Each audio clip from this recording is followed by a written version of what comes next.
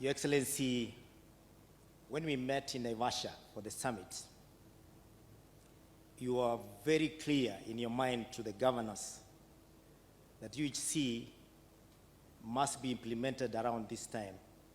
And this time round we should not fail because it has failed 3 times.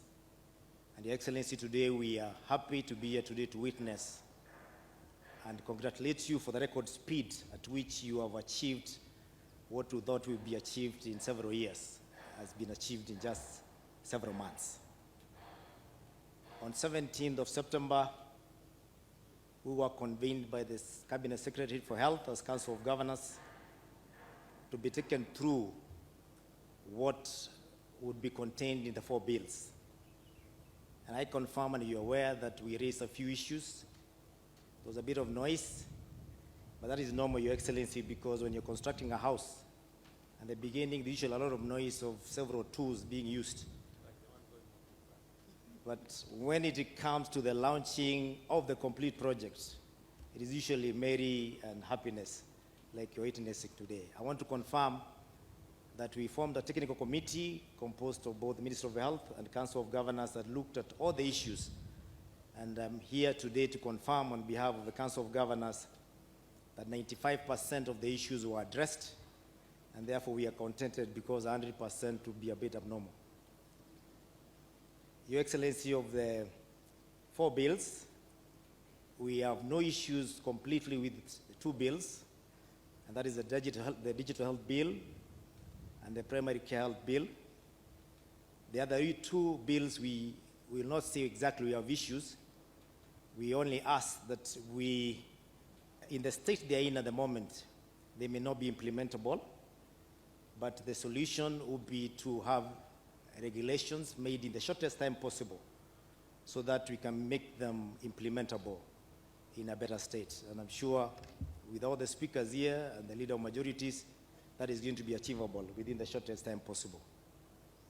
I want to thank you on behalf of the Council of Governors for making it possible for our wananchi who have been dying under the burden of the bills that are usually in every village in Kenya, raising money for bills, for medical bills.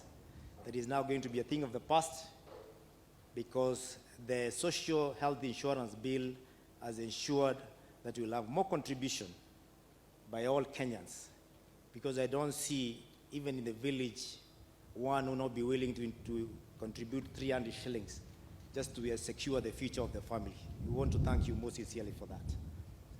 And lastly, like the Chief Whip has put, one of the biggest killers or health hazards in Kenya is not really mistreatment, but it's usually misdiagnosis.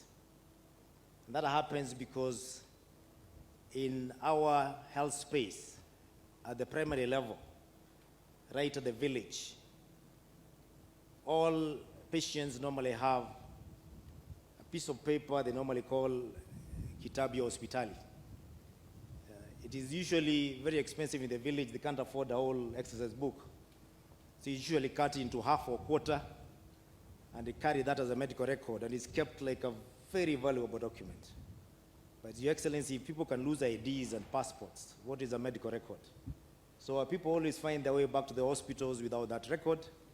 You're in a different county, you are treated in another different county, you have no records, and when you give the story again, you may be given the same drugs you were given 10 years ago, which failed.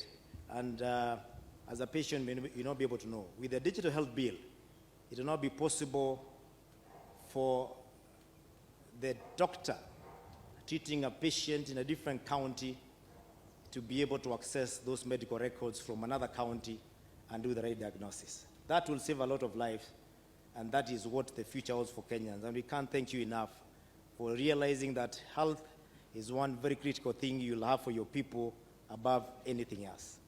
And as finish, Your Excellency, they say that when you want to kill a dog, you give it a bad name. We had a famous or infamous, I don't want to call it a project, it's more or less an arrangement that was not well, it did not have a lot of consultation, called the MES, which we dubbed as MES, senators know, which we later said it was a necessary evil because it is equipment we're used to at the moment. We are aware they may not be being conceived with a lot of consultation, but they are there with us and we can't do without them. Even as you put this together, Your Excellency, we ask you kindly to find it within your heart, not to abandon counties in this very hour of need, because they may not be able to afford the MES at the moment. Please just give it another name and roll it out to the counties so that we can save their lives. Thank you very much, and may God bless you, sir.